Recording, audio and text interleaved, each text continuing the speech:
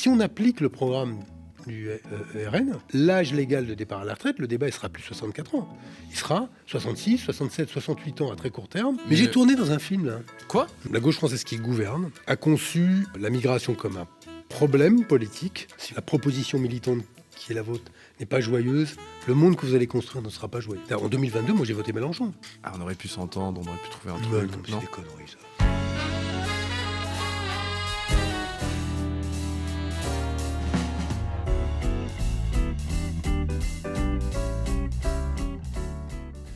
Bonjour Benoît Hamon. Bonjour. Merci de nous faire le plaisir de venir sur le fauteuil du média. Tu es le fondateur du mouvement Génération, président de ESS France, ancien candidat à la présidentielle, ancien ministre, député, mais toujours conseiller régional d'Île-de-France. Oui, c'est vrai. Je voulais commencer par une question assez simple. Comment tu t'es retrouvé en politique ? Ça remonte à 40 ans maintenant, puisque c'est autour de mes 18 ans que je me suis engagé à la fois sur la question de l'antiracisme. Il y avait à l'époque, j'habitais Brest en Bretagne. Mon père travaillait aux Arsenaux, il avait auparavant travaillé au Sénégal, et puis j'étais vécu à Dakar. Ouais. Puis j'étais revenu à Brest, et donc j'ai découvert, en tout cas pris conscience, on va dire, du racisme en France, alors que j'avais grandi dans un environnement très interculturel, notamment parce que mes parents avaient eu l'intelligence de nous mettre, mes frères et moi, et ma sœur et moi, au collège et à l'école sénégalaise et pas française.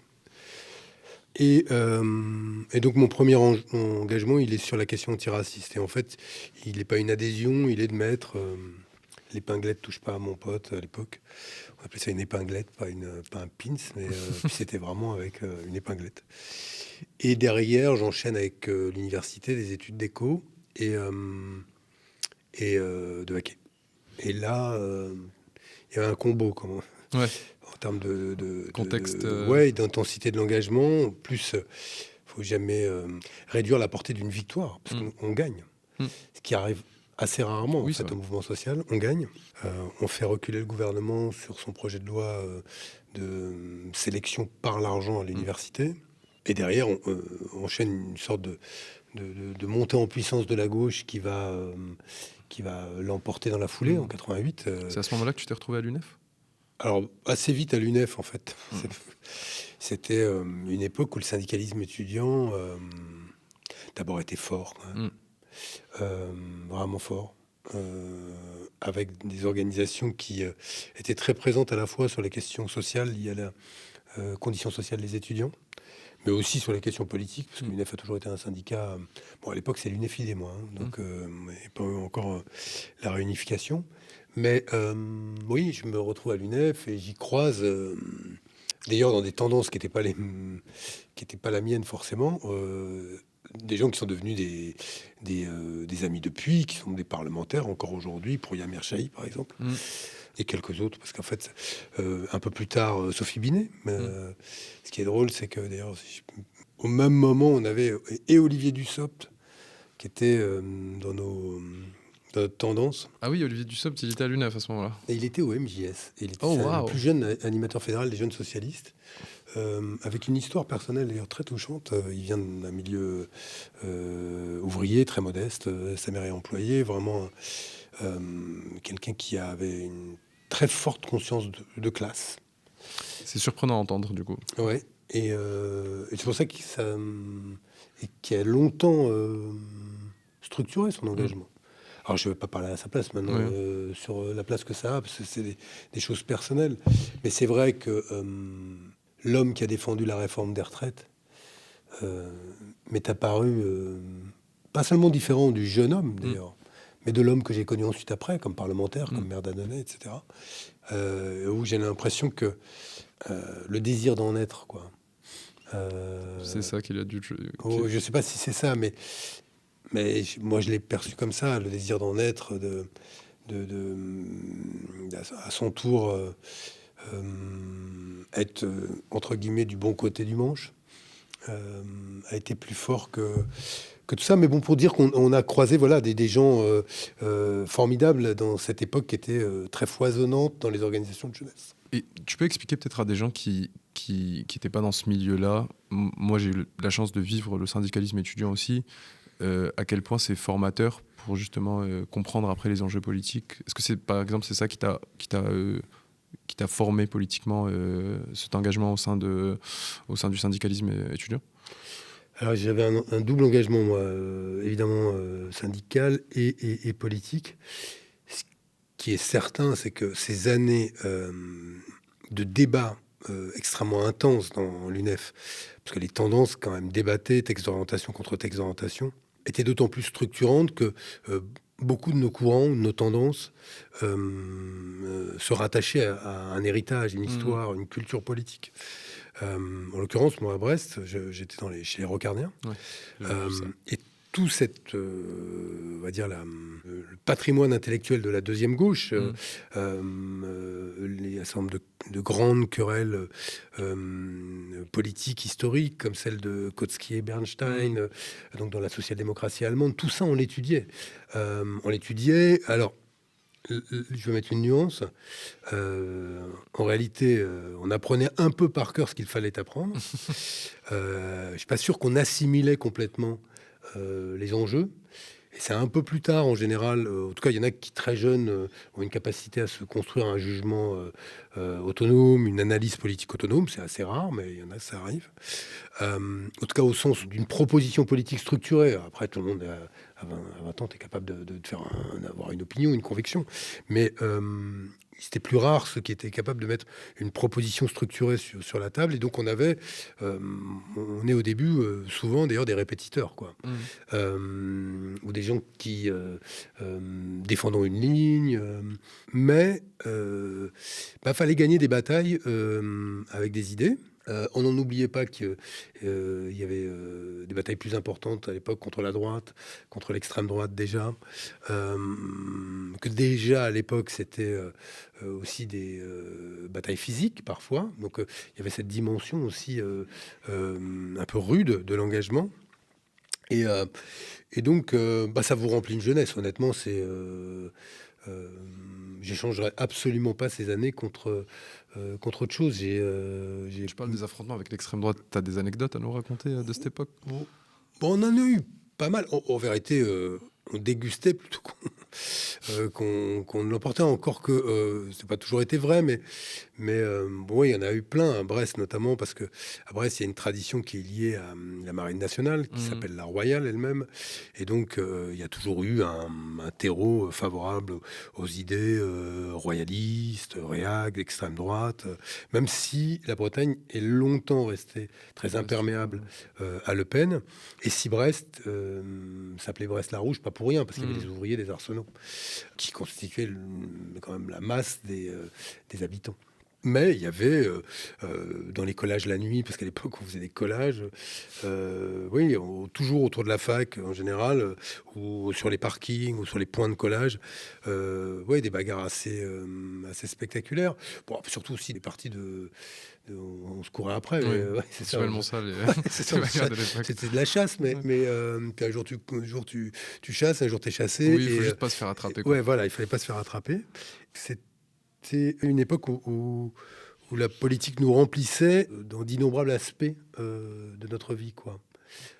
Et ça donnait une cohérence et un sens à notre jeunesse.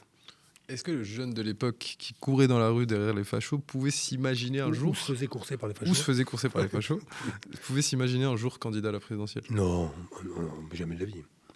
Quand est-ce que ça t'est venu, ça? Ça m'est venu en 2016. Ah ouais, tu n'y avais pas pensé avant? Penser, tu sais que ça existe, mais la décision d'y aller, de dire au stade de ma réflexion, pas simplement sur est-ce que j'ai cette immodestie de diriger la France, parce qu'il faut quand même être un peu... C'est le côté 5e République, il pousse beaucoup à ça aussi. Mais il y a quand même un côté assez dingue quand on y pense, à se dire, bon... c'est moi qui vais diriger plus de 65 millions de personnes avec des pouvoirs considérables, et je suis capable d'être une forme de synthèse du génie de la nation pour la transformer, blablabla. Bon, donc il y a quand même un moment un rapport à soi et aux autres qui suppose un petit peu de folie. Non, ce qui m'a déterminé, c'était la conviction d'avoir identifié des transformations inéluctables et d'observer, quelle l'analyse qui était la mienne, une forme d'obsolescence des réponses de la gauche aux grandes transitions en cours. Obsolescence sur la question de la redistribution des richesses ou dans la négociation capital-travail. Je ne trouvais rien ni dans la version modérée de la social-démocratie, le social-libéralisme, quoi que ce soit qui assure la pérennisation des mécanismes de solidarité, des possibilités d'émancipation nouvelles, des réponses à des besoins sociaux non couverts par le secteur public. Je ne voyais pas ça. La perspective d'une amélioration des salaires, etc. Et je ne la voyais pas davantage dans la version radicalisée de cette redistribution des richesses. Moi, j'ai toujours pensé que Mélenchon, à l'époque, et la France Insoumise, proposait une version radicalisée d'une solution socialiste ou social-démocrate sur la question de la redistribution des richesses. En tout cas, beaucoup disent que Jean-Luc Mélenchon est un socialiste... radical. Oui, radical, finalement. Ouais. Il est très représentatif des débats de la gauche du XXe siècle. Il y a des choses sur lesquelles ça parle tout de suite, quoi. On reconnaît... on sait où on est, quoi. Et donc, oui, dans ce diagnostic des grandes transitions et cette conviction d'une forme d'obsolescence, ce qui ne voulait pas dire que toutes les propositions sur la table étaient obsolètes, mais dans la proposition générale, j'ai travaillé la question du revenu universel, la question du travail, la question de la fiscalité associée à ce nouvel âge de la sécurité sociale ou de la protection sociale. J'ai essayé d'embarquer, j'étais pas le seul, la question écolo dans l'approche économique, sociale, le rapport au vivant et à tout le vivant. C'était ce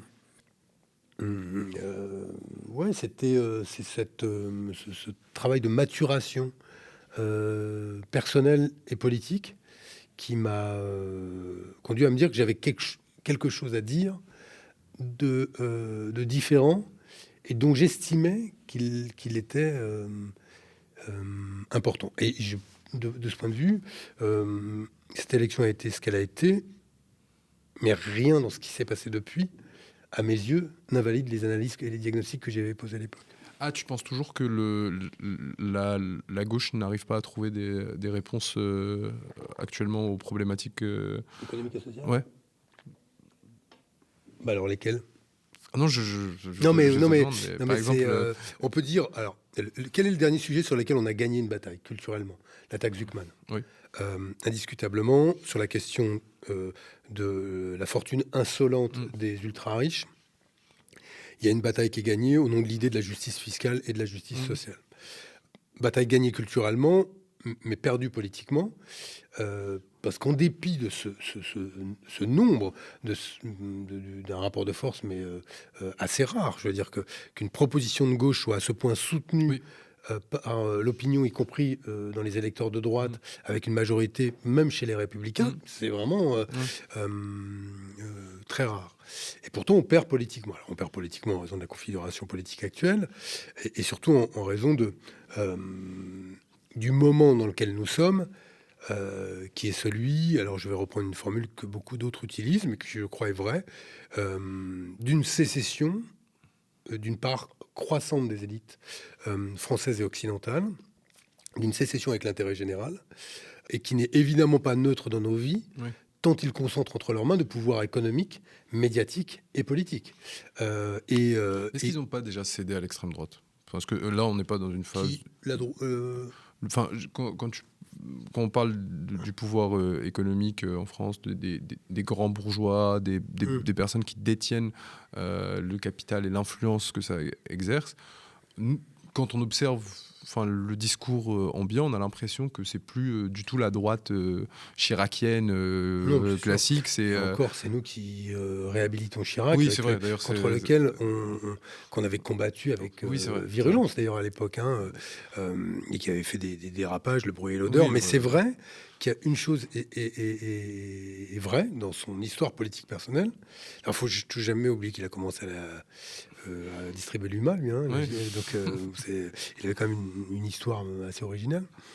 mais qu'il a toujours posé comme infranchissable cette frontière entre la droite et l'extrême droite. Il refusait l'alliance à tout prix. Alors, oui, il y a quelque chose qui a radicalement changé, là. J'ai envie de le prendre à la fois par l'actualité puis par la lecture historique de ce qui se passe en France. Ce qui est fascinant dans les périodes comme ça, c'est l'accélération de l'histoire. C'est-à-dire que ce qu'on pressentait être une digue très fragile, presque une fiction de frontière entre la droite et l'extrême droite, entre Retailleau et Bardella, tout ça saute et saute presque officiellement par celui qui a enclenché intellectuellement, politiquement et idéologiquement cette fusion, en quelque sorte, de la droite et de l'extrême droite, c'est Nicolas Sarkozy. Le discours sur l'identité nationale à Grenoble, le discours de Dakar sur l'Afrique, tous les ingrédients avaient été posés à l'époque pour une substitution de la question identitaire à la question sociale et pour finalement une harmonisation des projets politiques respectifs de la droite et de l'extrême droite. Et on y est. Et je pense que dans le choix de Nicolas Sarkozy, alors, je pense qu'il y a une double dimension personnelle. Il a quand même 3 autres dossiers à venir devant les tribunaux. Et il espère sans doute de Le Pen ce qu'il n'a pas obtenu de Macron, c'est-à-dire une remise en cause de l'état de droit ou une pression sur le parquet ou une grâce, que sais-je encore, pour s'éviter ce qu'il jugeait une injustice, mais qui n'est rien d'autre que l'application du droit et de la justice. Et donc, je pense que dans ce rapprochement avec Le Pen-Bardella, il faut... cette dimension du calcul personnel est forte. Puis la deuxième chose, c'est que, à l'évidence, il s'est lui-même radicalisé. Au fond, ce qu'il offre dans la corbeille de mariage entre la droite et l'extrême droite, c'est le cadavre de l'état de droit, justement. Madame Le Pen, s'il vous plaît, ou Jordan Bardella, mettez-nous au-dessus des lois, nous le méritons, et c'est comme ça que ça doit marcher, etc. Et il y a là quelque chose de très puissant, qui, à droite, par ailleurs, contamine un terrain qui était déjà conquis chez beaucoup d'électeurs et de militants de la droite. Mais à cela, je pense qu'il y a une autre lecture, qui est une lecture plus historique, qui doit nous amener à essayer de regarder la droite française pour ce qu'elle est aussi. Je vous conseille l'excellent bouquin de Laurent Joly sur la question de Vichy, où Laurent Joly, l'historien, analyse combien ce régime n'était pas un régime autoritaire, comme on l'entend, mais bien une dictature, et revient sur la genèse, ce basculement vers la fin de la République et la dictature.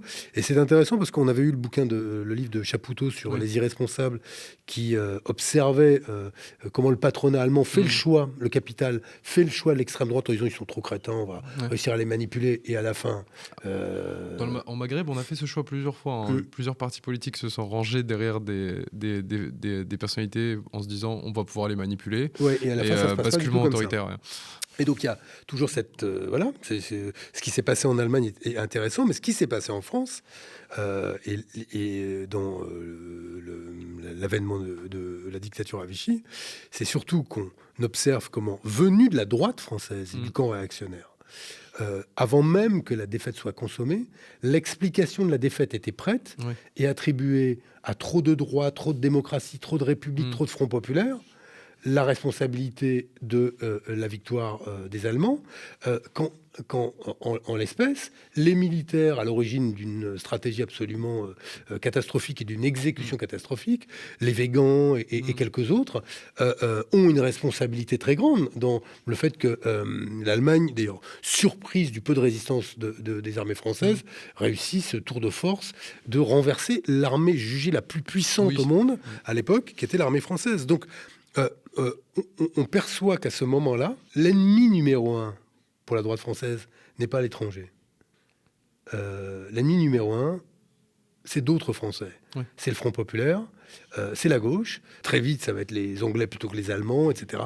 Ensuite, mais il y a quelque chose d'assez troublant dans cette histoire, parce qu'aujourd'hui, dans le verbatim, on va dire, d'un Retailleau notamment, ou d'un Vauquier, on voit que leur complaisance à l'égard de puissances qui aujourd'hui affaiblissent la souveraineté de la France, les États-Unis de Trump comme Poutine, à l'égard de cela, ils ont toutes les indulgences quand ils n'en ont aucune à l'égard de leurs adversaires politiques en France. Et donc on a là, à mon avis, un trait historique de la droite française qu'il faut regarder avec un peu de gravité, suffisamment de sérieux, pour ne pas croire ou pour ne pas penser que voilà, on est dans une sorte de parenthèse et que tout reviendra comme avant dans quelques mois. On va expérimenter, essayer et après ça passera. Voilà. Bah, tu m'as donné la transition parfaite parce que du coup, je pouvais pas ne pas parler de Singa, étant donné que moi-même étranger, je suis attentivement le travail que vous faites. Qu'est-ce qui t'a poussé à travailler sur la question de la migration ? Tu me corriges si je me trompe, mais moi j'ai l'impression qu'à gauche, c'est globalement un des sujets les moins investis théoriquement ou dans le travail quotidien parlementaire ou autre. Qu'est-ce qui, toi, t'a motivé à t'investir de cette mission ? Parce que je pense que dans toute société, la société française n'y échappe pas, le rapport à l'autre et donc à l'étranger, et la ligne de crête où on mesure chaque jour ce qui est la capacité d'une société à penser l'accueil, la solidarité ou le repli, avec le bellicisme, l'appel à l'ordre, mais qui est en fait un appel à la violence. Et j'avais le sentiment, comme beaucoup, que sur ces questions-là, la gauche, depuis, mais ça date pas de Hollande, ou même c'est depuis, on va dire, le début des années 90, la gauche française, en tout cas la gauche française qui gouverne, c'était pas le gars, je vais pas faire un très général, tout le monde n'a pas dit la même chose, mais a conçu la migration comme un problème politique, et puis très vite comme un problème sécuritaire, comme un problème social, et voire même pour ceux qui ont carrément rallié la droite, comme une menace pour nos modes de vie. Et ce qui m'a intéressé chez Singa, en tout cas dans une ONG dédiée à l'inclusion des personnes réfugiées, c'était à la fois d'appuyer notre plaidoyer sur des faits, à la fois les preuves que l'on collecte nous-mêmes, que l'inclusion, ça marche à travers nos programmes, les données scientifiques innombrables qui sont celles de l'Institut Convergence Migration, des Infox Migration, de la chaire des migrations au Collège de France, qui sont des données indiscutables des faits migratoires et des effets des migrations sur nos sociétés, et combiner cette analyse des faits avec un récit, puisqu'il faut un récit en face, pas se contenter de dire ah bah non, vous êtes complètement con d'avoir peur, la migration c'est pas ça vous change pas une voix. Mais comment est-ce qu'on arrive à lutter contre les préjugés et les biais par des récits qui font de la migration un des ingrédients d'un mode de vie à la française, dans lequel on se retrouve, où on retrouve un certain nombre d'éléments de notre identité collective ou de nos ressources collectives, qu'on habite en Corrèze, dans les quartiers nord de Marseille, en Corse, à Brest ou dans les territoires ultramarins. Récemment, il y a une députée qui a fait une initiative où elle racontait des histoires de migration. Je crois que c'est Léa Balage-Elmariki qui avait fait... elle est passée par Singa. Ah bah voilà. Elle a été employée de Singa. Donc elle a dû se nourrir évidemment de tout ce qu'on fait en Europe. Mais maintenant, on est capable, nous, aujourd'hui, dans la manière dont on a tourné notre plaidoyer, par exemple, de greffer notre plaidoyer sur ce qui se passe sur le dossier des retraites. Par exemple, quand il y a eu les manifestations contre le report de l'âge légal à 64 ans, qu'est-ce qu'a fait Singa ? On a pris le sujet des retraites, on a dit OK. Bon, alors, essayons d'imaginer, et parlons à des électeurs du RN qui sont contre le report de l'âge légal à 64 ans, qui ont été manifestés avec des électeurs de gauche, etc. Et disons clairement que si on applique le programme du RN, C'est-à-dire si on arrête l'immigration, si on expulse les travailleurs étrangers, on se prive donc, d'un strict point de vue utilitariste, des cotisations des travailleurs étrangers. Et là, l'âge légal de départ à la retraite, le débat, il sera plus 64 ans. Il sera 66, 67, 68 ans à très court terme, ou alors la baisse des pensions si on veut équilibrer le système. C'est-à-dire, c'est où les retraités paieront moins s'il n'y a pas de travailleurs étrangers, ou alors il faudra partir plus tard. Mais là, la pensée antiraciste répondrait qu'on est en train de faire, comme vous l'avez dit, une vision utilitariste, et que pour le coup, on ne s'attaque pas à la source du problème chez le militant RN ou chez le militant d'extrême droite classique, qui, lui, va peut-être continuer de pérenniser son racisme. Oui, bien sûr. Mais, en fait, pour résumer, je suis d'accord, moi, poser le racisme, c'est pas bien. Mais le dire à quelqu'un qui est raciste, c'est pas bien, ça suffit pas. Et ce qui nous a intéressé, c'était de voir, et dans un dialogue qu'on a eu avec les premiers concernés, l'avantage de Singa, c'est que c'est une communauté de femmes et d'hommes dont la majorité ont une trajectoire d'exil. Et cette question de l'utilité, elle est revendiquée par les exilés, en disant, bien sûr qu'on est utile, et en quoi cela n'est-il pas un argument pour justifier qu'on prenne notre place? Donc ça, c'est intéressant quand même. Parce qu'il y a une culture un peu de la pression du travail. C'est-à-dire qu'on se dit... Oui, économique aussi. On se dit... il faut qu'on serve à quelque chose quand on arrive en France, parce que sinon on a l'impression d'être pas légitime à être là. Oui, mais sans doute. Et puis c'est indiscutable que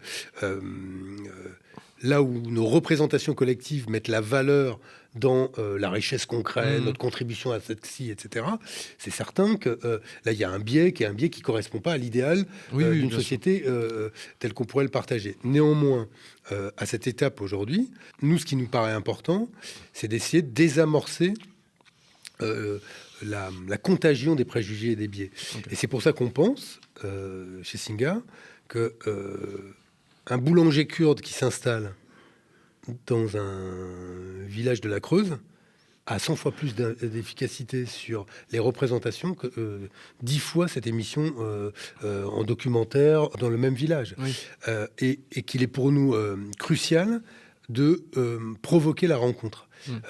Ce qui est intéressant en tout cas vous avez mis en place un réseau d'accueil aussi qui s'appelle J'accueille, qui est de l'hébergement par les citoyens sur de la longue durée, de 3 mois minimum jusqu'à 18 mois, qui est un dispositif qui marche très très bien, qu'on a lancé en 2015, que moi j'ai donc repris plus récemment. Je suis président de J'accueille d'ailleurs, et qui est un programme dont les impacts sont incroyables, qui coûte beaucoup moins cher à la puissance publique que le fait d'acheter des nuitées dans des foyers d'hébergement, et qui permet, parce que quand on est en immersion dans une famille, d'apprendre plus vite le français, de connecter avec le réseau, qui ne voit pas que pour trouver du boulot dans ce pays, il faut du réseau.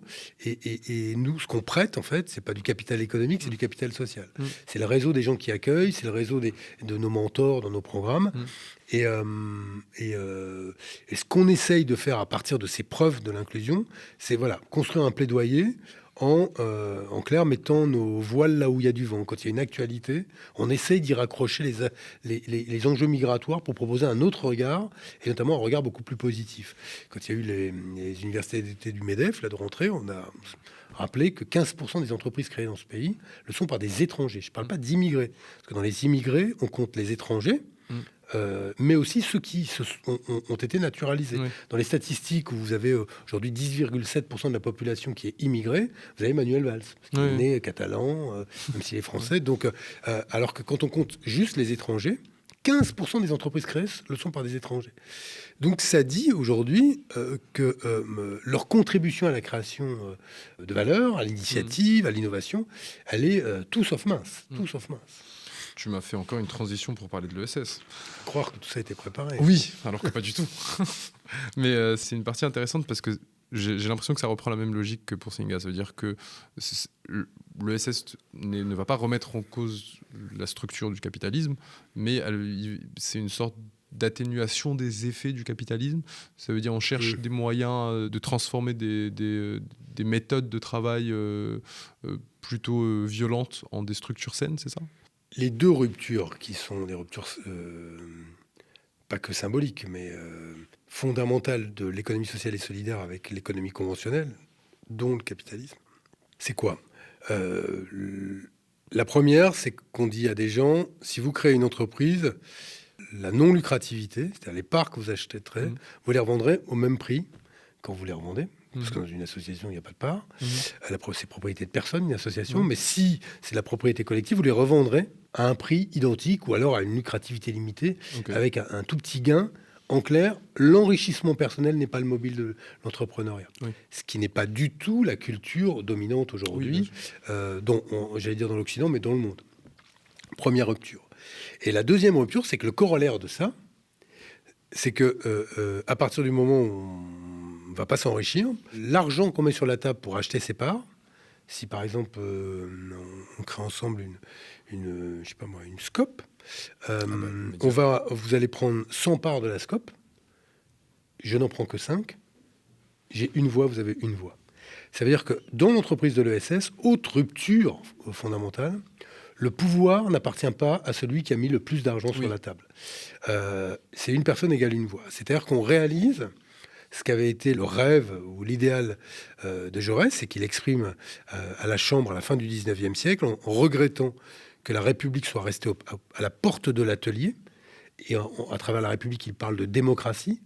Et qu'il regrette que le citoyen souverain dans la cité, parce qu'il vote, il choisit ses représentants, détermine les politiques, fait la loi à travers les députés, que ce citoyen, une fois qu'il a l'habit du travailleur, devient la proie de tous les hasards, dit-il, un CER, SERF, là où il est un citoyen hors de l'entreprise.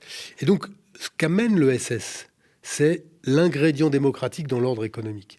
Et c'est vrai que ça change beaucoup de choses. Alors, j'ai bien entendu votre question. Pendant tout le XXe siècle et jusque maintenant, l'économie sociale et solidaire, même si elle pèse 14% de l'emploi privé en France, ce qui est beaucoup, elle reste une économie à la marge de l'économie conventionnelle. D'ailleurs, très peu considérée. Je vais vous prendre un exemple, mais on ne le dit pas assez. Mais est-ce que vous savez, par exemple, que quand on fait le chiffre d'affaires cumulé, source Banque de France, donc c'est pas Benoît Hamon qui sort ces petits chiffres, le chiffre d'affaires cumulé des startups en France, des grosses startups, des principales, c'est 25 milliards d'euros. On se dit, c'est pas mal, etc. Chiffre d'affaires cumulé des coopératives en France. Des coopératives comme le Média, que vous pouvez soutenir sur notre site. À votre avis?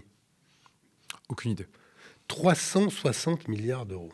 360 milliards. Alors, il y a un biais. Je vais le donner tout de suite, c'est qu'il y a les coopératives bancaires, les coopératives de commerçants, le certain nombre de coopératives agroalimentaires, qui évidemment gonflent cela. Mais si je me dis, bon, ok, vous ne prenez pas ma démonstration, mais quand même, parce qu'on a l'impression que le modèle coopératif, dans le discours politique, fait l'objet d'un soin équivalent au discours politique sur les startups. Vous faites n'importe quel salon de la tech, vous avez 15 ministres en défilé. Là, on a fait le sommet mondial de l'économie sociale à Bordeaux. Il a fallu attendre le dernier jour, au moment de monter les stands, pour avoir un ministre. Donc bon, ça dit quelque chose sur... et encore, les coopératives, ce n'est qu'un bout de l'économie sociale et solidaire. On peut dire, les coopératives, il y a un biais, mais si je prends le montant des budgets des associations, qui est comparable à un chiffre d'affaires d'entreprise, on est à 120 milliards d'euros aussi. Donc c'est quand même, là encore, plus de 4 fois plus, presque 5 fois plus que les startups. Les associations en France, dans leur contribution à l'emploi, plus d'1 600 000 emplois, avec les bénévoles, on est à 20 millions, donc leur contribution à la cohésion sociale. Et que se passe-t-il? Aujourd'hui, on sacrifie l'emploi associatif. Les deux budgets qui se sont succédés ont fait un mal fou à l'économie sociale et solidaire. Et on va sanctuariser, presque, sacraliser, c'est devenu un totem, les aides aux entreprises sans contrepartie, ce qui représente une réserve incroyable, plus de 200 milliards d'euros selon le rapport sénatorial, qui lui, c'est une sorte de poche intouchable, quand les transferts publics aux acteurs de l'ESS, qui eux sont en contrepartie d'une mission d'intérêt général qu'on réalise, eux sont orientés à la baisse.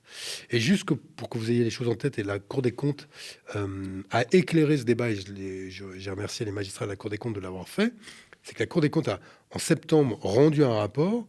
On sait enfin quelle est la réalité des transferts publics vers l'ESS, 16 milliards d'euros, contre 211 milliards pour les entreprises, 16 pour 211, quand on est sur 7% des aides aux entreprises vont à l'ESS. Et l'ESS, c'est pourtant 14% de l'emploi privé. Oui. 14% Il y a un déséquilibre qui est assumé finalement. Ah oui, mais c'est fou. Et qu'on passe pour l'économie assistée, si vous voulez chercher le patron de l'économie parasitaire, vous allez voir M. Martin, hein, pas moi. Hein.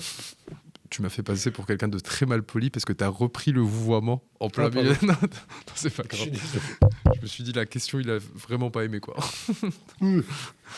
C'est que j'oublie. Non, mais c'est une vraie question hyper intéressante. Pour aller au bout de ta question, cette sorte de rôle qui était celui d'une économie à côté, différente du capitalisme, critique du capitalisme, mais qui ne prétend pas s'y substituer.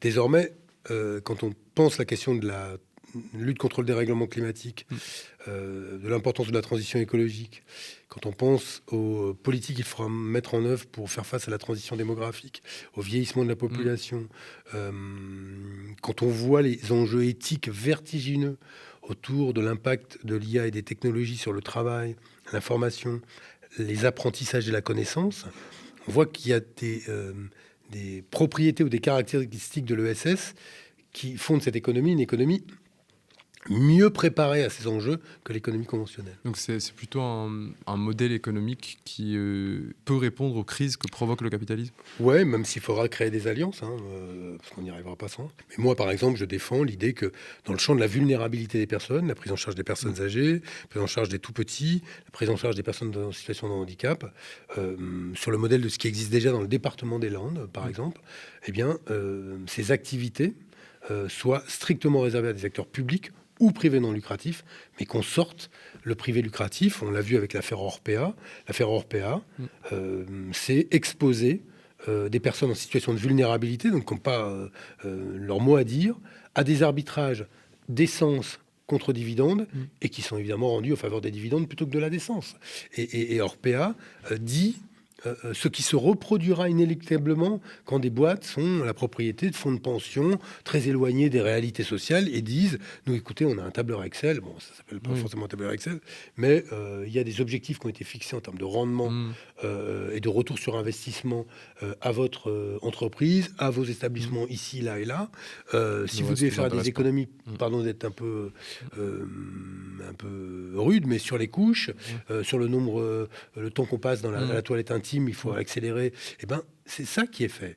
Et on laisse des gens en situation de vulnérabilité dépérir dans l'indignité. Et ça, c'est un arbitrage du capital contre la décence. Tu as parlé du budget. Ça fait déjà plusieurs années que c'est assumé cette capacité de l'État à faire des budgets qui aident énormément les entreprises sans contrepartie et qui réduisent les dépenses publiques sur tout le reste. Les minima sociaux, ou l'insertion par l'activité économique. Tu comprends qu'on puisse voter ce budget ? Ah, moi, en tant que président de ESS France, impossible d'approuver un tel budget. Mais je l'ai dit aux parlementaires. Après, ils sont dans une réalité. Ils composent avec des réalités politiques, des équilibres budgétaires plus globaux, sans doute. Je suis passé par là, donc je vois bien la complexité. Néanmoins, si je regarde uniquement ce qui concerne les solidarités à l'égard des publics les plus vulnérables, la question de l'insertion par l'activité économique, tout ce qui concourt à faire en sorte que ceux qui sont les victimes de la pauvreté économique ne basculent pas justement dans l'exclusion et l'indignité, mais ce budget est inacceptable. C'est une offense aux aujourd'hui 9,8 millions de Français qui vivent sous le seuil de pauvreté. Une vraie offense qui leur est faite. Et je vais prendre un exemple qui, pour moi, est symptomatique. L'insertion par l'activité économique, c'est les entreprises d'insertion, les chantiers d'insertion. Et l'État concourt à cette mission d'intérêt général à hauteur de 300 000 personnes accompagnées sur 100 000 postes. Il finance 100 000 postes. Il y a 3 personnes qui vont se succéder en un an sur ces postes, qui sont des postes d'insertion. La Cour des comptes, je reviens à la Cour des comptes, mais c'est toujours intéressant de voir ce qu'elle dit dans ces cas-là. Elle dit que c'est un des dispositifs qui est parmi les plus efficaces pour remettre les gens dans le travail. Et vous avez des gens qui, par ailleurs, dénoncent à U et à Adia, je mets 1 milliard de guillemets l'assistanat, qui vont faire quoi ? Voter un budget qui diminue le nombre de personnes accompagnées de 300 000 à 240 000. 60 000 personnes en moins accompagnées dans un programme qui pourtant leur permet de revenir vers le travail. Donc on a là des choix qui sont des choix qui consistent aujourd'hui à faire ou à mettre le poids du corps, des efforts et des sacrifices sur les plus pauvres et à épargner les plus riches. Donc ce budget aujourd'hui tel qu'on le connaît, si je défends les intérêts du secteur du mode d'entreprendre qui est le mien, oui, non, c'est pas possible. On a beaucoup de débats sur le Parti socialiste, c'est même un running gag permanent dans la gauche radicale de dire que le Parti socialiste va toujours finir par trahir. Mais est-ce que ces procès en trahison sont... Tu parles de ça spécifiquement ou Oui, mais je parle de ça, mais je parle aussi de l'autre procès en face. C'est que vous avez d'un côté la France insoumise, allons direct la France insoumise qui dit PS a toujours trahi sur la question sociale. C'est arrivé. Oui, non, mais on peut dire il n'a pas honoré, mais c'est vrai. Moi, je suis d'accord j'aurais jamais fait le même quinquennat que François Hollande. Oui. Donc, qu'il y a un vrai sujet. Il y a un ralliement à des thèses économiques social-libérales, donc libérales. Bon, bref, tout ça, c'est vrai. À une politique de l'offre. Bon. Mais il y a une autre trahison au sens inverse et dont le procès n'est pas moins fondé du point de vue de ceux qui l'instruisent, ce procès. C'est le procès en trahison démocratique. En disant, aujourd'hui, les insoumis délaissent la question démocratique. En délaissant la question démocratique dans l'opposition, ils perdent leur crédibilité à être demain à incarner un avenir démocratique radieux. Et quand cette critique, elle se fonde sur aussi l'histoire. Je veux dire, parce que le précédent de ce grand débat sur la question sociale et la question démocratique, c'est le congrès de Tours, en 1920, où là, il s'est fait se scinde, et notamment sur la question démocratique. Et la question sociale du point de vue des autres. Bon, même si à l'époque, l'enjeu, c'était, aux yeux des uns, la dictature du prolétariat et la possibilité pour les prolétaires de voir enfin... C'est un peu le même débat aussi. Parce que là, la France insoumise, si elle refuse justement ces négociations parlementaires, c'est aussi parce qu'il y a une volonté d'accélérer la route vers la 6ème République, quoi. Oui, bah après, c'est la... Enfin, oui, mais alors moi, c'est là où moi j'ai un vrai doute. Et je l'ai déjà exprimé publiquement, c'est que il y a cette jolie phrase de cette anarchiste américaine qui dit « Si je ne peux pas danser, ce ne sera pas ma révolution ». En clair, si la proposition militante qui est la vôtre n'est pas joyeuse, le monde que vous allez construire ne sera pas joyeux. C'est ça qu'elle dit à l'époque. Mais si on étend cette définition, et je crois qu'il faut le faire, si votre conquête du pouvoir ne se fonde pas sur la délibération collective et la démocratie, je ne crois pas beaucoup que la priorité de votre exercice du pouvoir sera la démocratie. Et donc, moi, j'ai été très frappé de ça. En double sens, j'ai été très frappé de croiser, à une certaine époque, de jeunes militants socialistes dont je percevais qu'ils me récitaient une sorte de catéchisme libéral sur les questions économiques. Et je disais, mais elle est où un moment là, il est où le feu qui démarre d'une indignation sur la question sociale et qui vous amène à vous engager à gauche, il est où? Parce qu'il n'y en avait pas. Et donc ça, j'en ai croisé, mais j'ai aussi croisé des militants insoumis, notamment des jeunes, qui assumaient parfaitement de dire que la question démocratique était une question subalterne, secondaire dans leur engagement. Dans le mouvement, tu veux dire? Oui, mais en même temps, il n'y a que ça qu'ils connaissent, parce que le pouvoir... Oui, ouais. je vois. Et donc, sachant que nous, on avait une pratique, on a commencé avec l'UNFID, qui est une pratique démocratique pour partie, on peut dire dévoyée, parce qu'il y avait des concours de cartes, etc. Oui. Mais il y avait de la joute démocratique, il y avait des votes, il y avait des confrontations qui étaient intellectuelles, toujours sanctionnées par un vote. Et on allait chercher les voix, il fallait tenir les amphis, bon bref. Bon, c'était... mais ça pouvait pas passer juste par de la manip, quoi. C'est un débat structurel, hein, parce que si Jean-Luc Mélenchon était là, il dirait que typiquement, c'est l'UNEF comme le PS, c'est des structures où on passe beaucoup de temps à débattre en interne et on oublie de porter des combats en externe et que lui, il veut pas reproduire ça. Donc il y a peu, voire pas du tout de débat en interne, mais du coup au profit d'une efficacité militante. Enfin, c'est la théorie en tout cas qu'ils défendent. J'entends, hein. Mais tout sera jugé si Jean-Luc Mélenchon est un jour président de la République. Parce que sinon, ça n'aura servi à rien. Ah, parce que du coup, ça prépare pas l'avenir. Non, mais ce que je veux dire, c'est que si à l'aune de quoi on juge que c'est la bonne ligne ou pas, Oui, moi je me fous de savoir si ça progresse.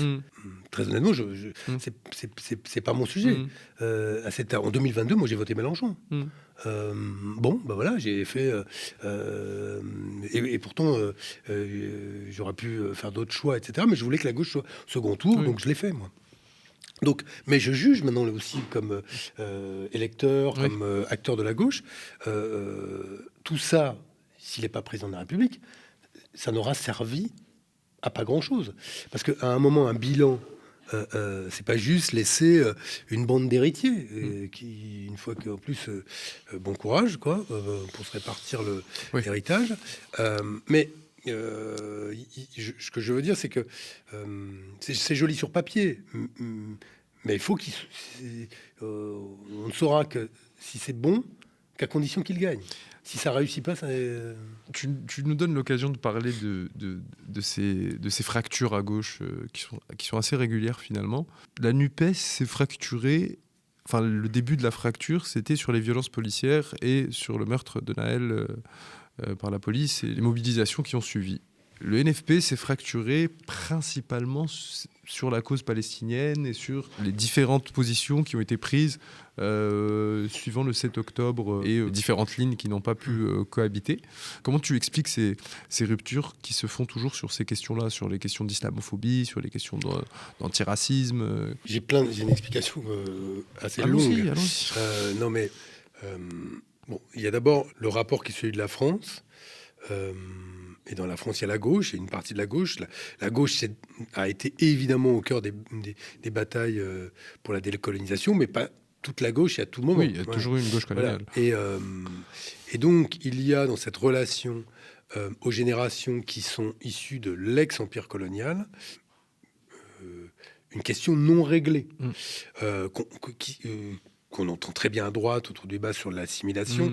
L'assimilation n'est rien d'autre que la reprise du mot qui figurait déjà dans les textes de l'administration française au moment où se posait la question de la naturalisation et donc de l'obtention du statut de citoyen français pour les indigènes.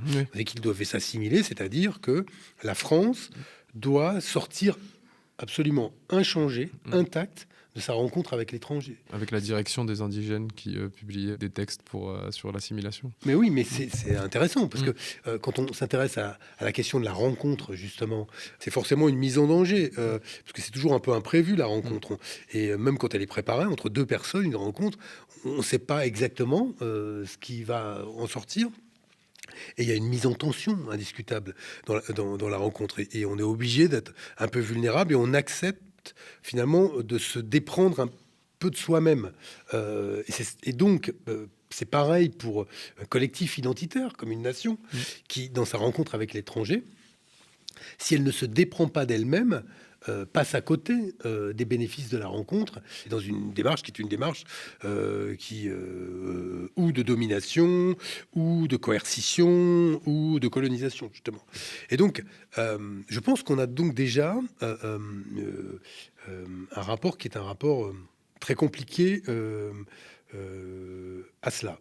C'est ajouter là-dessus la question spécifique de l'islam. Et où, alors là, pour le coup, les musulmans n'ont pas été aidés par les courants fondamentalistes musulmans et le choix de certains du terrorisme, parce que ça a évidemment complètement brouillé la perception qu'on pouvait avoir. Mais ce qui est certain aujourd'hui, c'est que, et ça m'a beaucoup frappé, quand il y a eu une étude récente de l'IFOP sur la question de la radicalisation des jeunes musulmans. Tout le monde disait ah oui, c'est un énorme problème. Il y a donc bien des gens qui sont comment dire, inintégrables dans la République. Les critères pour juger la radicalisation dans cette étude étaient particulièrement stricts. Oui, mais c'est surtout que fondamentalement, qu'est-ce qu'il faut dire quand on a une étude comme celle-là? Et j'ai pas beaucoup entendu la gauche là-dessus, justement. C'est que, qu'il y ait des courants aujourd'hui religieux, politiques, radicaux, qui cherche à rallier des gens, parfois à créer des espaces de socialisation hors les lois de la République. C'est indiscutable, c'est démontré, etc. Mais il y a une deuxième entrée ensuite, une fois qu'on a dit ça.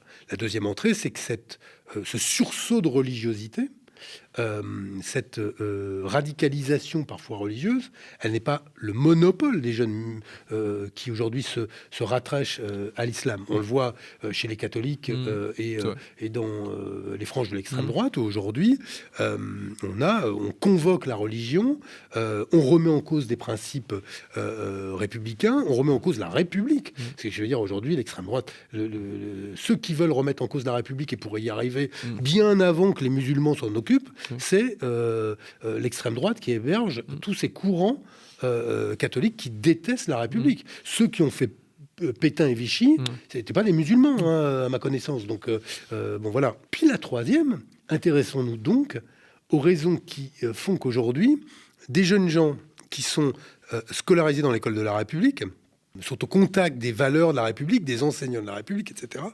Comment se fait-il que cette identité qui devrait être secondaire, celle de leur foi personnelle, comment se fait-il que cette identité secondaire ait pris une telle place dans leur vie? Alors, on peut dire, c'est l'explication des courants réac, etc. C'est la conséquence des frères musulmans. Mais attendez, la réalité, c'est... est-ce que ces jeunes font l'expérience de la République? Est-ce qu'ils font l'expérience de l'égalité ou des inégalités? Est-ce qu'ils font l'expérience de la fraternité ou des discriminations? Est-ce qu'ils font l'expérience de la liberté de circuler ou de la contrainte, des contrôles systématiques, etc. La réalité du deux poids, deux mesures, elle saute aux yeux. Elle est documentée, là encore, par des études scientifiques, par des travaux qui ont été faits par le CNRS sur les contrôles aux faciès. Donc on ne peut pas passer sous silence, non seulement le fait qu'il y a une politique publique de mise sous pression de la jeunesse racisée dans ce pays, et deux, alors pardon, mais moi je l'utilise beaucoup cette statistique, Ipsos, le grand institut de sondage, fait une enquête qui s'appelle Les périls de la perception, qui est une enquête internationale. Une enquête qui avait été faite en 2019, posait la question à chaque fois à ces échantillons, en Colombie, en Brésil, aux États-Unis, partout. Sur 100 personnes dans votre pays, combien sont musulmanes? La France était le pays recordman sur les 30 pays testés de la surestimation du nombre de musulmans. Forcément. Là où on estime qu'il y a en réalité à l'époque 7 à 8% de la population de culture musulmane. Quand je dis culture, c'est pas pour autant que les gens vont faire les 5 prières, qui vont même à la mosquée le vendredi, peu importe, de culture musulmane. Moi je suis de culture catholique. Je fais le catéchisme quand j'étais petit, donc on peut mettre donc de culture musulmane. Eh bien, les Français voient 24 points supplémentaires. Ils voyaient dans ce sondage, la réponse des Français, c'est 1 Français sur 3 est de culture musulmane. Donc c'est incroyable. Qu'est-ce qui fait qu'on a une loupe à ce point grossissante? Alors, évidemment les médias, le discours des politiques, l'omniprésence de la question de l'islam dans le débat politique. Et c'est assez simple, quand même, la manière dont on fonctionne. Je vais reprendre un auteur qui a cité récemment Mélenchon, que je citais moi-même en 2016, qui a toujours été important pour moi, qui s'appelle Édouard Glissant, qui a étudié ce qu'il appelle les identités rhizomes, et qui a montré que nous étions constitués d'une multitude de racines et qui font que dans notre identité de personne, dans les valeurs qui sont les nôtres, on est capable d'identifier le rôle de la famille, le rôle de notre religion, un certain nombre de rencontres importantes, être passé par l'école de la République ou l'école privée joue un rôle, avoir grandi dans un quartier populaire ou dans un quartier UP en France ou ailleurs, tout ça nous fabrique par des influences qui sont différentes. Mais moi, par exemple, je suis breton, ça dit quelque chose de moi, mais pas tout. J'ai fait le catéchisme, ça dit quelque chose de moi, mais pas tout. J'ai grandi au Sénégal, ça dit quelque chose de moi, mais c'est pas tout. Je suis adhéré au PS, ça dit quelque chose de moi, mais pas tout, etc., etc. Mais si, pendant 20 ans, vous passez votre temps, vous, et plein d'autres, à dire, vraiment, les Bretons... et c'est incompatible avec la République, vous êtes des ivrognes, vous faites honte à ce pays, On va retenir que ça. blablabla. Mais là, Amine, moi je vous jure, je vais me tatouer un triskel, je vais commencer à brandir le drapeau breton, Oui. je vais mettre mes gosses à l'école d'Iwan en breton, et je vais faire de cette identité agressée un élément plus important de mon identité personnelle, parce que c'est la part de moi que le monde autour de moi ne cesse d'agresser, qui est aussi la part que j'attribue à mes parents, à mon héritage, et donc forcément je deviens plus crispé.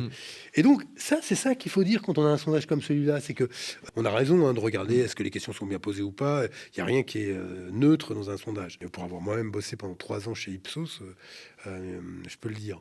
Mais ce sondage-là, il méritait de la part de la gauche, c'était, me semble-t-il, une explication plus complète, plus rigoureuse de s'il y a aujourd'hui un surcroît de religiosité chez des jeunes Français de culture musulmane. Ça n'est pas le monopole des jeunes Français de culture musulmane. Il y a des explications spécifiques aux agressions dont ont été victimes les musulmans dans le débat politique. Et puis il y a une énorme interrogation qui doit être celle de la République sur le fait qu'elle a laissé s'organiser la discrimination en son cœur, la ségrégation spatiale en son cœur, la ségrégation scolaire en son cœur, etc., etc. Donc, quand je vois le Figaro, par exemple, qui fête ses 200 ans, mais qu'est-ce qu'ils sont devenus, par exemple ? Par exemple, le papier là sur Sarkozy, qui dit, lui, qui a libéré les otages, se retrouver dans cette situation. Donc, comparer Sarkozy à un otage. Non, mais ça, c'est pas eux. C'est eux qui l'écrivent. Oh. Alors que quand certains spécialistes, d'ailleurs, et même des journalistes, ont qualifié les otages palestiniens d'otages palestiniens, ça nous a beaucoup été reproché, le qualificatif d'otage, mais on peut se permettre tous les excès quand on est à droite, j'ai l'impression, de l'échiquier. On peut tenter les comparaisons Sarkozy-Mandela sans souci. À mon avis, les historiens, peut-être que je me trompe, mais je pense qu'ils situeront clairement, en 2024 et 2025, le moment où l'Occident a perdu l'hégémonie qui était la sienne sur les affaires du monde. Parce que ce sont les valeurs occidentales qui ont justifié la création d'institutions internationales. Or, au moment où la Cour pénale internationale met en cause Benyamin Netanyahou, c'est l'Occident lui-même qui vient dénoncer les institutions qu'il avait créées pour juger les crimes contre l'humanité, le génocide, et démontre par là que ce qu'il a construit est une imposture dès lors que cet ordre-là est valable pour tous, sauf pour lui-même. L'incroyable cécité, myopie volontaire de l'Occident sur le génocide à Gaza, alors qu'il était documenté. Quand vous avez des ONG, des organisations de la société civile, aussi respectables et respectées que Human Rights Watch, que Amnesty International, c'est-à-dire des gens qui ont documenté leur position, ont croisé leur analyse avec l'analyse de labos de recherche, notamment israéliens, sur ces questions-là. Ça fait 35 ans qu'ils travaillent dessus et qu'ils démontrent... Mais sur la question de l'apartheid, etc. Quand c'est l'ambassadeur d'Israël en France, je peux comprendre. Son job, c'est de dire que tout va bien. Et quand c'est un ministre des Affaires étrangères ? Mais quand ce sont des dirigeants politiques, quand des éléments de langage sont répétés en boucle sans le moindre recul, oui, là, il s'est passé quelque chose de terrible. Et le 7 octobre a été d'une violence et a provoqué une sidération qui était colossale. Et derrière, ce que beaucoup redoutaient, qui s'est passé, mais a été bien au-delà du pire qu'on imaginait. Et ce qui se poursuit aujourd'hui dans les territoires occupés en Cisjordanie le montre. Je veux dire, il n'y a pas un jour sans une violation majeure des droits humains fondamentaux. Donc, je suis étonné, moi, et ça c'est quelque chose de... Ça y est, dans ce film de Lelouch, l'itinéraire d'un enfant gâté, c'est cette scène entre Belmondo et Anconina, où Belmondo il dit à Anconina, faut pas que tu sois étonné, t'as toujours l'air un peu étonné, toi. Le meilleur moyen de faire croire que tu connais tout, c'est de jamais avoir l'air étonné. Toi, tu as souvent l'air étonné. Ton défaut. Moi, j'ai toujours été touché par ce personnage dans Les Colina. transitions sont parfaites, parce qu'on va Parce que- passer à musique cinéma là. Ouais, mais parce qu'il avait cette forme de vulnérabilité, de cette capacité à s'étonner. Et ben moi, je vais vous dire, ce que je lis, ce que je vois dans la pire version d'eux-mêmes d'un certain nombre d'intellectuels ou de pilotiques m'étonne. Et je vais prendre un dernier exemple, parce que ça m'a mis dans une colère froide. La réponse d'Édouard Philippe à Ah. Jean-Michel Apathy. La Oui. colonisation est-elle un crime? Non. La colonisation est-elle un crime? Point d'interrogation, il répète. Non. La colonisation est-elle un crime? Ouais, dans notre histoire, la colonisation. On est français, on a une histoire. Comment? Non. Voilà, très bien. La violence systémique exercée par un peuple et une armée sur un autre peuple, l'expropriation de ses terres et de ses droits, l'esclavage, parce que la colonisation, ça a été aussi l'esclavage, les viols, les massacres. L'effacement Non. culturel, la volonté Oui, de non, mais, remplacer la population. Enfin, Bon, c'est- bref. il faut faire une liste. Non, ce n'est pas un crime. Édouard Philippe, c'est, il doit rester une chose, cette émission, c'est, j'espère que ce sera ça, mais il s'est déshonoré, mais vraiment déshonoré. Et pour moi, totalement disqualifié de la suite de cette campagne. Je le crois illégitime, au fond, après à occuper le fauteuil de président de la République. On n'a pas le droit de dire ça. C'est une injure, y compris allez dire ça aux Algériens, mais allez dire même aux Français qui étaient du contingent, on les appelait du contingent, qui disaient mais attendez, qu'est-ce qu'on fait là? Pourquoi on fait cette guerre à ces gens qu'on connaît pas? C'est injuste, etc., etc. Et qui se disent non mais attends, mais on l'a vu que c'était un crime, on le sait. On nous demandait de commettre des crimes au nom de la colonisation, etc. Donc, et ce qui est dingue, c'est que on n'a pas demandé à Édouard Philippe une position sur l'Algérie aujourd'hui. On a posé la question sur la Oui, colonisation. sur le concept même. oui. Ouais. Et il a dit que c'est pas un crime. Donc si c'est pas un crime, c'est que c'est possible et que c'est autorisé. Oui. Et que pourquoi pas quoi. Pour ne pas Donc la colonisation allemande de la France entre 40 et 44 n'était pas un crime.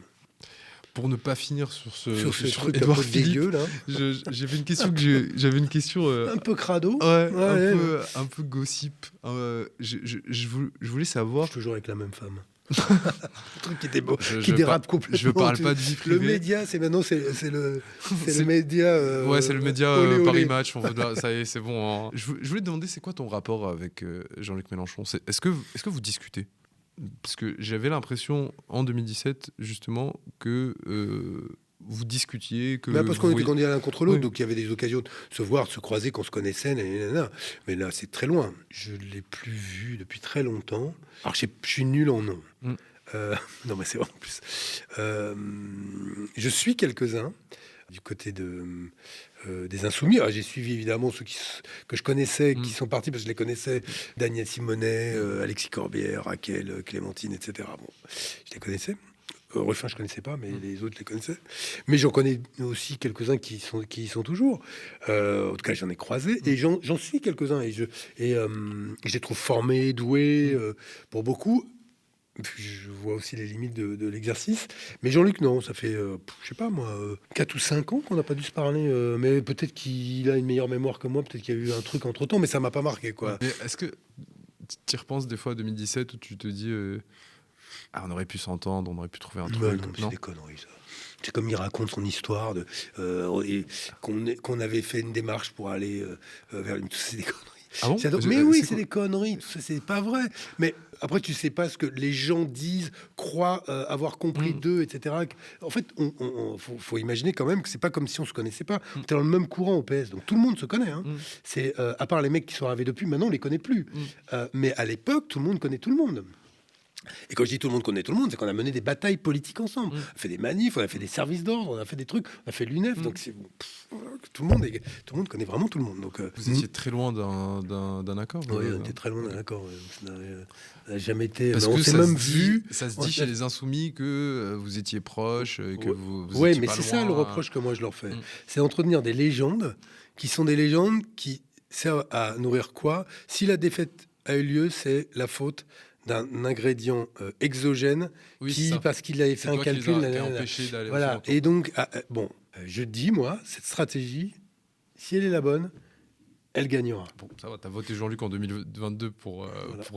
Bah ouais, je voulais que la gauche soit au second tour et je pensais que c'était plus important que ce soit mais lui du coup, je face savais pas à... que c'était une légende urbaine. Enfin, je pensais que c'était. Alors on s'est vu une fois, on s'est vu dans un restaurant chilien. Il y avait Adrien quelque part. Quatennens, il devait y avoir Bompard déjà, je pense, Jean-Luc, ma pomme, et puis finalement on s'est mis à une table tous les deux, et puis on a acté le fait que, je me souviens très bien, en mangeant des empanadas, qu'on irait au bout l'un et l'autre. Ok, ah oui, donc Ouais. vous vous êtes dit... Ce soir-là, il n'envisageait absolument pas de se ranger derrière moi. Mm. Je n'envisageais absolument pas de me ranger derrière lui. Il y avait trop de choses sur la question démocratique, l'Europe, la question sociale. Il ne croyait pas du tout à mon approche du travail. Je ne croyais pas du tout à sa stratégie de redistribution. Je pense. Donc voilà, mais après, c'était pour moi, ça restait la gauche. Donc après, c'est pas parce que j'y crois pas que c'est pas mon camp. Mais bon, on se l'est dit, on était même plus près que ça là. Donc, Ah oui. Bon, pour finir, on va sortir de ce sujet-là. oui. Je voulais te demander du coup 3 chansons, 3 albums que Benoît Hamon recommanderait à quelqu'un à qui il a envie de faire découvrir des classiques. Bon, en fait, c'est aujourd'hui que tu me l'as demandé ça. Oui, hein. ce matin. Faut dire la vérité. Et donc moi, je suis parti sur. D'ailleurs, je me dis que vraiment, il est chier de me demander des trucs pareils, au sens où c'est dur, quoi, de dire. Donc, je suis parti plutôt sur l'angle album pour moi culte, au sens où qui figureront toujours dans ma discothèque, quoi. Truc déjà de vieux de dire discothèque d'ailleurs que au moment où je le dis. Mais il y a le concert de Keith Jarrett au Carnegie Hall avec dans ce concert un morceau qui s'appelle Peins mon cœur en rouge, Paint My Heart Red.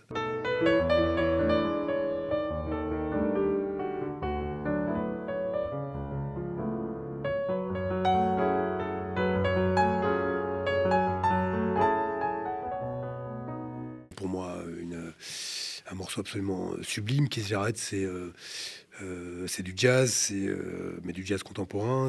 C'est magnifique, c'est du piano. Bon, bref, celui-là, je l'emmène. Ensuite, là, c'est très générationnel, hein, pardon. Celui que j'emmène, je pense, j'ai réfléchi, je me suis dit, waouh, il y a trop de choses, mais je pense que je prends Mezzanine de Massive Attack.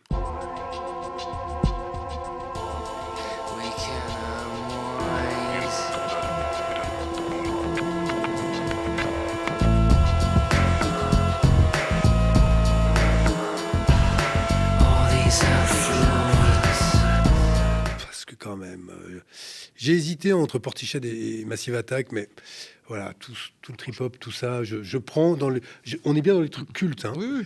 Et après j'ai réfléchi. Moi, j'ai beaucoup écouté, j'écoute encore du rap. Et alors, je le prends, c'est pas le meilleur album qui soit, mais c'est l'album qui m'a le plus touché par ses titres. Et notamment, il y a un morceau entre Oxmo Puccino et Cool Chain qui s'appelle Dernier Round. C'est l'album Dernier Round de Cool Chain. T'es pas le premier, vous êtes trop. Gardez la monnaie, rentrez chez vous en tramway. C'est pas le dernier round, ma dernière rime, mon dernier flow, mon dernier sujet, comme si c'était mes derniers mots. Fatigué d'enchaîner les rounds. J'attends pas le fond de l'eau pour nager le crâne. Et notamment ce morceau qui m'avait... puis je trouvais le côté Cool Chain, je reviens et je me prends pas au sérieux. Il y avait des trucs un peu dans cet album aussi où il réglait 2-3 trucs. Puis il refait venir Joey Starr sur Enfoncer des portes, etc. Et je crois que j'emmène dernièrement. Et là, j'ai découvert, et je l'écoute là, j'écoute ce qu'il fait. J'ai découvert le titre, peut-être qu'il est vieux, je vais dire une connerie, le titre qui s'appelle Sublime de Disease. J'aime quand le ciel est mauve le soir, qu'il s'accorde avec ma peine passée. J'ai tout un tas de causes en moi, mais je n'ai aucune excuse pour elle. Je voulais du sublime. Je sais pas si c'est son dernier album, mais j'avais beaucoup écouté Youssoupha. Je crois qu'il a fait un nouvel album, j'ai l'impression, où il y a Brave, titre là que j'ai entendu, et quelques autres. Bon, bref, en fait, j'essaye de garder une oreille ouverte et pas être uniquement sur mes... Je vais te faire écouter des trucs. Mes vieux CD, parce que j'ai des CD... Ah, t'écoutes en CD ? J'en ai plein, donc Okay. je vais pas les... tu vois, Okay. Non, Chez moi, j'ai un mur de CD, donc Ok. je prends mes CD, j'ai des trucs bons, hein. Et je suis pas sûr que, tu vois, et ça me ferait chier d'aller les mettre sur ma playlist avec mes petits écouteurs et mon enceinte là, putain, bref. Donc là, j'ai des belles enceintes avec un bon vieil ampli et je mets mes CD. Un film que t'es parti voir récemment qui t'a mis une claque. Il y a un film que j'avais, moi, beaucoup aimé au ciné, mais il doit avoir 2-3 ans déjà, ou 4 peut-être. Ça faisait longtemps que j'avais pas été autant distrait, au sens où jubilatoire, quoi, où j'étais là à faire à être surpris. C'est Babylone, qui m'avait... où j'ai passé... il dure longtemps en plus, il dure 2h30, 3h ce film. Où je sais pas, j'ai trouvé que c'était le retour à un cinéma américain un peu... avec beaucoup d'effusions, ça bouillonnait. C'est difficile de penser à autre chose, quoi. C'est vraiment dur. Ouais, et puis t'as quand même des acteurs un peu à contre-emploi. T'as un Brad Pitt qui est pas, qui est pas du tout dans ses au rôles, meilleur de sa forme en tant que gravure de mode, quoi. Et puis Margot Robbie qui est quand même absolument incroyable. Donc Babylone, c'est un des films qui m'a... Mais alors, il faut que je reconnaisse, je vais plus assez au cinéma. Et j'ai une culture cinématographique qui manque d'éclectisme et de nouveauté. Mais j'ai tourné dans un film, là. Quoi? Mais ouais, je vous donne C'est un une scoop. excuse, ça? Ouais, normalement, il sort bientôt. Attends. C'est Non, quoi mais comme attends, film on va vite, comme ça. pas, on postule au César, pas encore les Oscars. Non. Mais j'ai tourné dans un film, je joue mon propre rôle. Ok. Donc, ça va, qui s'appelle, mais je sais pas s'il va sortir, parce que j'ai pas eu de nouvelles. Ça fait un an que j'ai tourné. Il faut que j'appelle la réelle, qui s'appelle Sauvons les meubles. Ok. Catherine Combs, je crois que c'est un premier ou un deuxième film, produit en Belgique. Ok. Voilà. Bah, c'est ça. Et je joue un Benoît Hamon qui parle de quoi? Du revenu universel au début. Forcément. Voilà. truc bien chiant. On viendra regarder ça. Je voulais finir, vu que c'est un peu... On a beaucoup parlé de migration et de l'influence que ça a sur ton engagement, etc. Je voulais te poser une question sur un dernier voyage qui t'a marqué. Le voyage qui m'a le plus marqué, c'est le pays dans lequel j'ai habité, c'est le Sénégal. Parce que... tu vas voir, sur les sujets d'appropriation culturelle, nous, on grandit avec mes frères et sœurs. Moi, j'ai 5 ans, il reste 10 ans au Sénégal. Et donc, chippé. C'était normal. Ah oui, c'était normal. Et tout le monde chippait. Et quand je dis tout le monde chippait, Il y avait un jeune Benoît Hamon au Sénégal qui chippait. Mais sauf que même des fois, dans des situations où tu sais, ton cerveau, tu sais pas pourquoi, il t'envoie un stimulus et tu fais... Tu vois, ah tu ouais, ok. Et ça donc, t'est resté. Oui, mais même ma maman, qui elle est capable, elle a plus de 80 ans, elle a 85 ans, elle est bretonne, elle vit de Brest, elle pourra, si on lui dit, elle est contrariée, elle pourra de sa cuisine chipper. Et ça m'a toujours fait mal. Du coup, je me retiens pour dire appropriation culturelle, Bah oui, tu vois, alors qu'en fait, dans notre famille, hors contexte sénégalais, ça chip pour un oui ou pour un non. Voilà, c'est donc ça c'est voilà, le Sénégal, c'est un bout de ma vie, quoi. Donc, je crois qu'on pouvait pas finir sur mieux que sur l'image mais je vais pas te chipper parce que non, on ne demande pas ça va, on n'est pas sûr. Puis il y a différents types de chips, hein, attention. Hein. Il y a différents degrés t'as le chip fonction, très contrarié, ouais. t'as le chip surpris, si, parce qu'après c'est un langage. Hein. Ah oui, on est en grandi avec dans des cultures très mélangées. On capte très vite les degrés. Ouais, c'est ça. Les chips dangereux, c'est ça. Moins dangereux. Ceux qui précèdent une bagarre, tu les captes. Ouais, c'est ça. Merci beaucoup encore une fois, Benoît. N'oubliez pas de vous abonner aux médias pour que ce genre de format puisse continuer d'exister. Ouais. Et on vous dit à très bientôt sur le fauteuil.